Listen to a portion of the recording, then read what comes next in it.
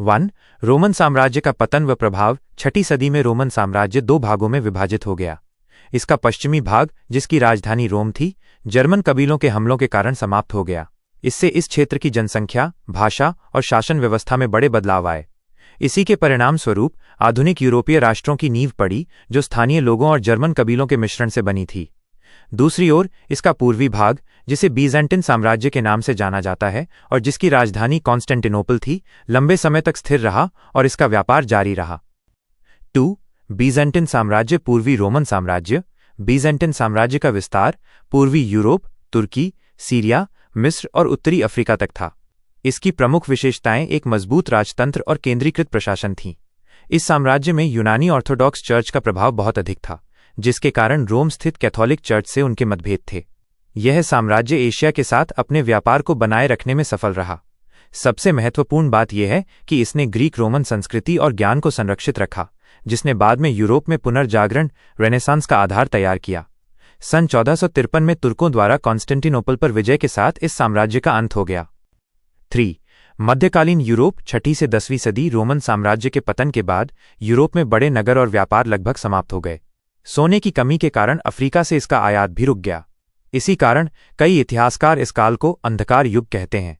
हालांकि इस दौरान कृषि में विस्तार हुआ और 10वीं सदी के बाद धीरे धीरे नगर जीवन और व्यापार का पुनरुत्थान शुरू हुआ। 4. नगर, विश्वविद्यालय और पुनर्जागरण की नींव। 12वीं से 14वीं सदी के दौरान यूरोप में एक बार फिर समृद्धि लौटी। इटली के पडुआ और मिलान जैसे नगरों का विकास हुआ और विश्वविद्यालयों की स्थापना हुई। इन विश्वविद्यालयों ने शिक्षा, विज्ञान और तकनीकी प्रगति में महत्वपूर्ण योगदान दिया और यहीं से पुनर्जागरण और नए यूरोप की शुरुआत हुई। 5. सामंतवाद, फ्यूडलिज्म। रोमन साम्राज्य के विघटन के बाद एक नई शासन व्यवस्था का उदय हुआ, जिसे सामंतवाद कहते हैं। इस व्यवस्था में राजा अपनी भूमि का एक हिस्सा, जिसे फीफ कहते हैं, शक्तिशाली सामंतों को देता था। बदले में सामंत राजा के प्रति निष्ठा और सैन्य सेवा का वादा करते थे। ये सामंत अपने अधीन वसल नियुक्त करते थे। सामंती समाज में कुलीन वर्ग का वर्चस्व था। इस व्यवस्था में किसान, जिन्हें सर्फ कहा जाता था, अपनी भूमि से बंधे होते थे। उन्हें स्वतंत्र रूप से बसने या शादी करने की अनुमति नहीं थी। उन्हें अपनी उपज का एक हिस्सा और मुफ्त श्रम सामंत को देना पड़ता था। सामंत का निवास, जिसे मैनर कहा जाता था, एक किला या महल होता था, जहां से वो प्रशासन और न्याय का काम भी करता था। 14वीं सदी के बाद कई स्थानों पर सर्फडम का पतन शुरू हो गया। 6. सेना व युद्धकला। 8वीं सदी से घुड़सवार नाइट्स का महत्व बढ़ने लगा। 2 आविष्कारों ने युद्धकला में निर्णायक भूमिका निभाई। लोहे की रकाब। इसने घुड़सवार को घोड़े पर अधिक स्थिरता दी, जिससे हथियार चलाना आसान हो गया। नई जीन। इससे घोड़े की क्षमता दोगुनी हो गई। इन आविष्कारों के कारण घुड़सवार सेना सामंतवाद की शक्ति का आधार बन गई। 7. चर्च की भूमिका। शक्तिशाली साम्राज्य के अभाव में कैथोलिक चर्च ने शासन और समाज पर बड़ा प्रभाव डाला। पोप के पास धार्मिक और राजनीतिक दोनों तरह की शक्तियां थीं। चर्च ने शिक्षा, चिकित्सा, धर्म प्रचार और समाज सेवा में भी योगदान दिया। बड़े बड़े मठ, मोनास्ट्रीज संस्कृति और ज्ञान के केंद्र बन गए। हालांकि चर्च की अत्यधिक धन संपत्ति के कारण चर्च और शासकों के बीच टकराव शुरू हो गया। यही टकराव आगे चलकर पुनर्जागरण और सुधार आंदोलनों का कारण बना। निश्चित रूप से यहाँ अरब दुनिया और इस्लाम के उदय 7वीं-14वीं सदी पर आधारित जानकारी प्रस्तुत है। इस्लाम का उदय और अरब साम्राज्य। 7वीं सदी में इस्लाम का उदय हुआ, जिसने अरब कबीलों को एक सूत्र में पिरोया। शुरुआती खलीफाओं ने एक विशाल अरब साम्राज्य की नींव रखी, जिसका विस्तार अरब प्रायद्वीप से लेकर सीरिया, इराक, ईरान, मिस्र, उत्तरी अफ्रीका और स्पेन तक था। 8वीं सदी में अब्बासी वंश ने शासन संभाला और बगदाद को अपनी राजधानी बनाया। लगभग 150 सालों तक अब्बासी साम्राज्य दुनिया का सबसे शक्तिशाली साम्राज्य बना रहा। व्यापार और समृद्धि। अब्बासियों के शासन के दौरान भूमध्य सागर से लेकर भारत तक के व्यापार मार्गों पर उनका नियंत्रण था। अरब कुशल व्यापारी और समुद्री यात्री थे, जिससे व्यापार में भारी वृद्धि हुई। उनके सोने के सिक्के, दीनार और चांदी के दिरहम एक विश्वव्यापी मुद्रा बन गए। उन्होंने बैंकिंग और वित्त के क्षेत्र में भी महत्वपूर्ण प्रगति की, जैसे दोहरी प्रविष्टि लेखांकन, हुंडी, विनिमय पत्र और ऋण व्यवस्था। इस समृद्धि से बड़े नगर, आलीशान भवन और एक उन्नत जीवन स्तर का विकास हुआ। प्रमुख खलीफा और संस्कृति। प्रसिद्ध अब्बासी शासक हारून अल रशीद और अल मामून ने अपने दरबारों को भव्य और शानदार बनाया। उन्होंने विद्वानों को संरक्षण दिया और बगदाद को ज्ञान का केंद्र बना दिया। यहीं पर प्रसिद्ध बैत उल हिकमा, हाउस ऑफ विजडम की स्थापना हुई, जहां यूनानी, ईरानी और भारतीय ग्रंथों का अरबी में अनुवाद किया गया। विज्ञान और ज्ञान का योगदान।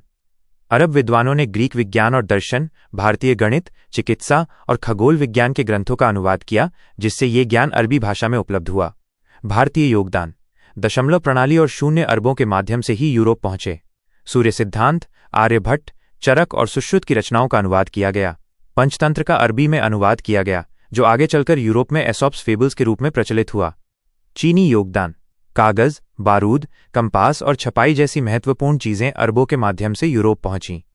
वैज्ञानिक प्रगति: अरब विद्वानों ने गणित, बीजगणित, ज्यामिति, खगोल विज्ञान, चिकित्सा, भूगोल, प्रकाशिकी और रसायन विज्ञान के क्षेत्र में महत्वपूर्ण योगदान दिया।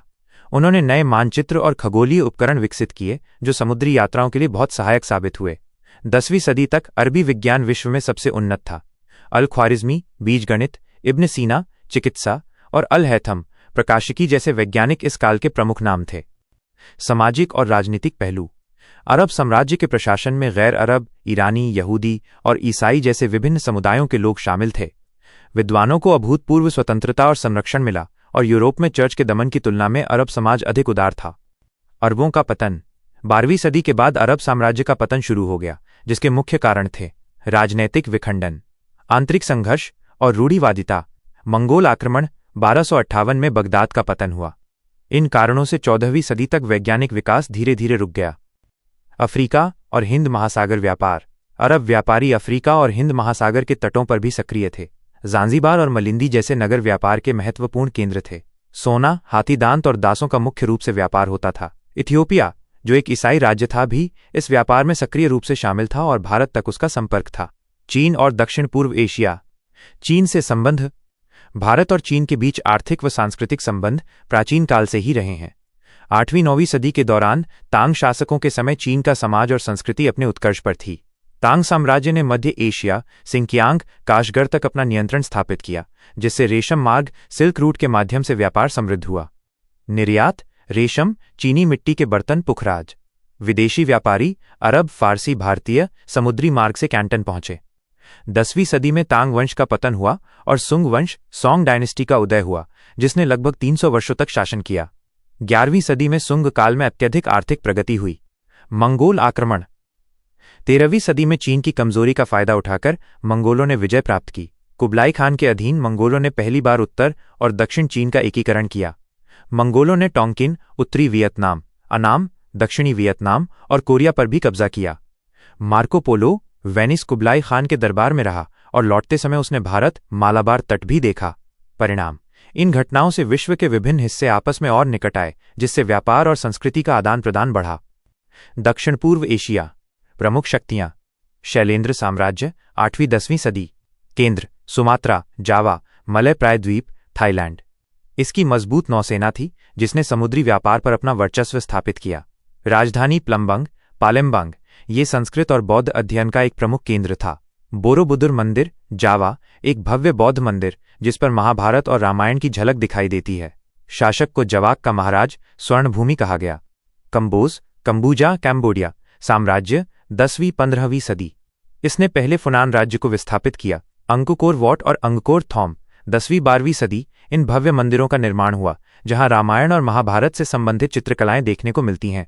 1860 में फ्रांसीसियों द्वारा इनकी पुनः खोज की गई। भारत का प्रभाव: पल्लव और चोल शासक अपनी शक्तिशाली नौसेना के कारण बंगाल की खाड़ी और मलय में सक्रिय थे। 10वीं सदी में चोल शासकों ने सुमात्रा और मलय पर नौसैनिक अभियान चलाए। बौद्ध धर्म भारत से चीन, फिर कोरिया और जापान पहुंचा। भारतीय भिक्षुओं ने कोरियाई लिपि को भी प्रभावित किया। बौद्ध धर्म दक्षिण पूर्व एशिया में फला फूला, जबकि इसी दौरान भारत में इसका प्रभाव कम होता गया।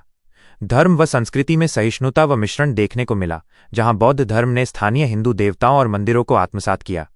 इस्लाम का प्रवेश: अब्बासी खिलाफत काल के दौरान भारतीय और अरब व्यापारी इस क्षेत्र में सक्रिय थे। प्रारंभ में धार्मिक सहिष्णुता का माहौल था। धीरे धीरे सुमात्रा, जावा और मलय में इस्लाम का प्रसार हुआ। यूरोपीय औपनिवेशिक हस्तक्षेप: पुर्तगाली, अंग्रेज, फ्रांसीसी के बाद भारत और दक्षिण पूर्व एशिया के संबंध कमजोर हो गए।